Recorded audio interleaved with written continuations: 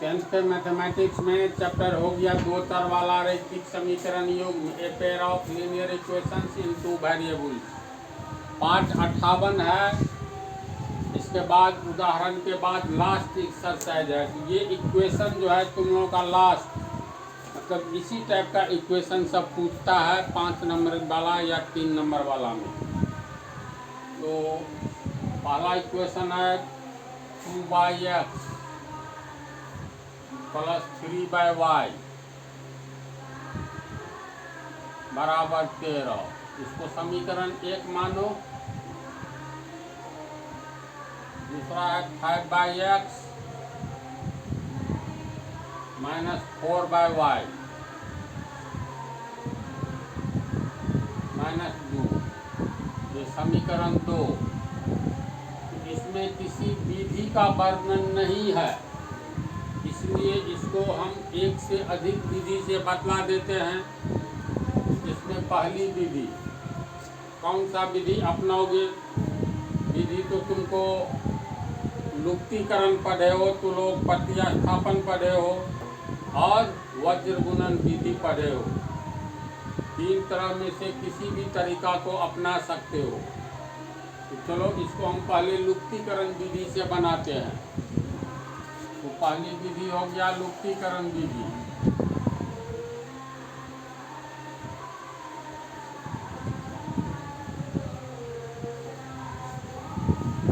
लुप्तीकरण विधि का ही दूसरा नाम है विलोपन विधि, है ना? तो विलोपन विधि और लुप्तीकरण विधि एक ही है, मतलब तरीका का नाम है। तो लुप्तीकरण में हम लोग एक वेरिएबल को लुप्त करते हैं। यहाँ या तो x वाला को लुप्त करो या y वाला को, जो इच्छा हो। तो यहाँ प्लस माइनस है, तो जोड़ने पर कटेगा y वाला मामला, तो बेहतर होगा इसी को हम लोग बराबर करते हैं। तो समीकरण 1 में 3/y है और 2 में 4/y है। तो देखो तो पहला में है 3/y, दूसरा में है 4/y। दोनों को कैसे बराबर करेंगे? 4 का गुना ऊपर नीचे इसमें कर दो, 4 से गुना, और सिर्फ 4 से। इस 3 का गुना दूसरे वाला में कर दिया जाए, ऊपर में हो गया 3 चौका 12/y, ये हो गया 4 तिया 12/y होगा। आज ये हुआ पहला समीकरण के अंश बटा हर में है, दूसरे के अंश बटा हर में। हर एक जैसा है लेकिन अंश अलग अलग है। तो अंश को बराबर करने के लिए नीचे वाला समीकरण के अंश से ऊपर वाला में गुना कर दो और ऊपर वाला का गुना नीचे वाला में कर दो, बात मतलब एक जैसा हो जाएगा। तो इस तरीका में इसको किससे गुना करेंगे? तो समीकरण 1 को 4 से गुना करने पर लिखेंगे समीकरण 1 को 4 से गुना करने पर। 4 से गुना करेंगे तो बराबर के पहले भी हो जाएगा और बराबर के आगे भी हो जाएगा। इसीलिए पूरे समीकरण को 4 से गुना करने का अर्थ हुआ बराबर के पहले जो काम करेंगे बराबर के आगे भी वही काम करेंगे। तो 2x प्लस 3y बराबर 13, इसको गुना करेंगे 4 से, कितना होगा? तो 4 दूनी 8 होगा ना, प्लस 4 तिया 12, 13 चौका 52 हो गया। ये हो गया समीकरण 3। अब समीकरण 2 में किससे गुना करेंगे? तो ऊपर वाला समीकरण में अंश 3 है, तो 3 से पूरे समीकरण को गुना कर देंगे। अब समीकरण 2 को 3 से गुना करने पर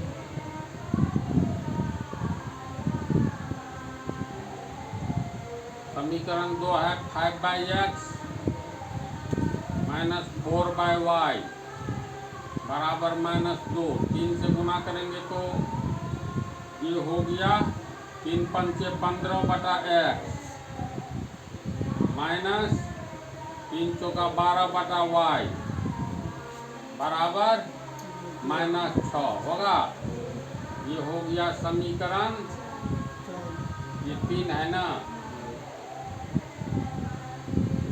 ये हो गया समीकरण 4। अब 3 और 4 में ध्यान से देखो तो +12 बटा हुआ है, 4 में -12 बटा हुआ है। इसका मतलब जोड़ेंगे तो दोनों में y मतलब पूरा लुप्त हो जाएगा, बच जाएगा x का मामला। देखो ये समीकरण 3 है, ये समीकरण 4 है। अब समीकरण 3 और 4 को जोड़ने पर जोड़ेंगे, इसमें तुमको ये कट गया, इधर बच गया 8 बटा x प्लस 15 बटा x बराबर 52 - 6 कितना हुआ 46।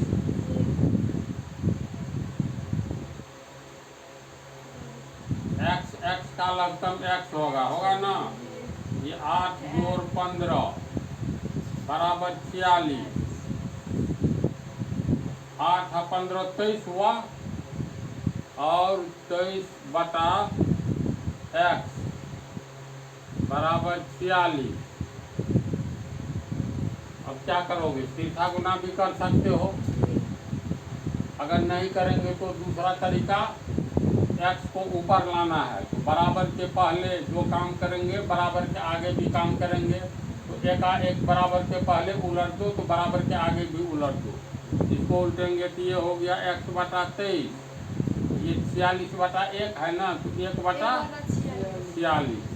अब तीसरा गुना करेंगे तो x बराबर एक तरफा गुना, इसको इसे नहीं करना है।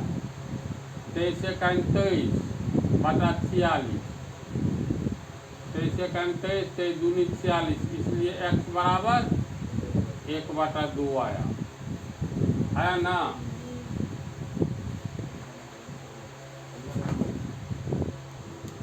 अब x का मान हम लोग समीकरण 3 या 4 में रखेंगे, तो ये समीकरण 3 है। x बराबर निकला है 1 बटा 2, ये हो गया 8 बटा 1 बटा 2 होगा, प्लस 12 बटा y बराबर 52। ये कैसे होगा बोलो, a बटा b बटा c के तर्ज पर आया तो 8 दूनी 16 हो जाएगा ना, बटा 1 तो 1 का वैल्यू नहीं है नीचे में, प्लस 12 बटा y बराबर 52।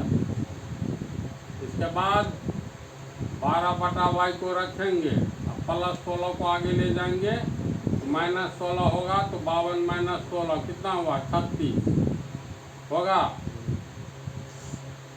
अब 12 बटा y बराबर 36, यानी 12 बटा y बराबर हो गया 36। x का मान अलग से लिख लेते हैं 1 बटा 2।